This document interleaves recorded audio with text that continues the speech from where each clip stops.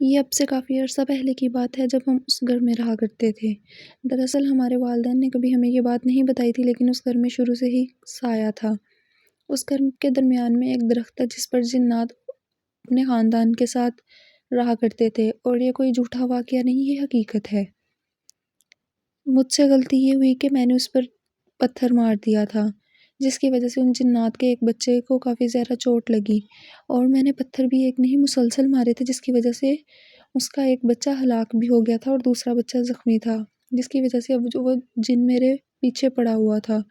جب میرے والدین نے مجھے اس سے بچانے کے لیے مجھ پر عمل وغیرہ کرنے شروع کیے، تو اس کے غصے میں آ کر اس جنات نے میرے والد صاحب کو مار ڈالا، اور ہمارے گھر پر اس چیز کے بہت برے اثرات پیدا ہوئے، کیونکہ والدہ بھی اکثر ان کے قابو میں آ جاتی تھی، اور کبھی بھی کچھ بھی ہو جاتا تھا انہیں۔ ان کی طبیعت اکثر ناساز رہتی تھی۔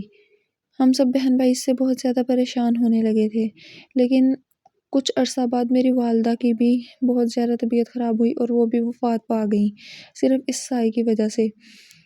کوئی بھی رشتہ دار ہمارے گھر آنا جانا پسند نہیں کرتا تھا۔ مجھ میں جب اکثر وہ جن آتا تو میں گھر والوں سے بلا وجہ لڑنا شروع کر دیتی، گھر والوں پر وار کرتی، انہیں مارنے کی کوشش کرتی۔ اس کی وجہ سے، میری صرف ایک اتنی چھوٹی سی بچگانہ حرکت کی وجہ سے، ہمارا سارا خاندان تباہ ہو کر رہ گیا تھا۔ ہمارے پاس اب کچھ بھی نہیں تھا۔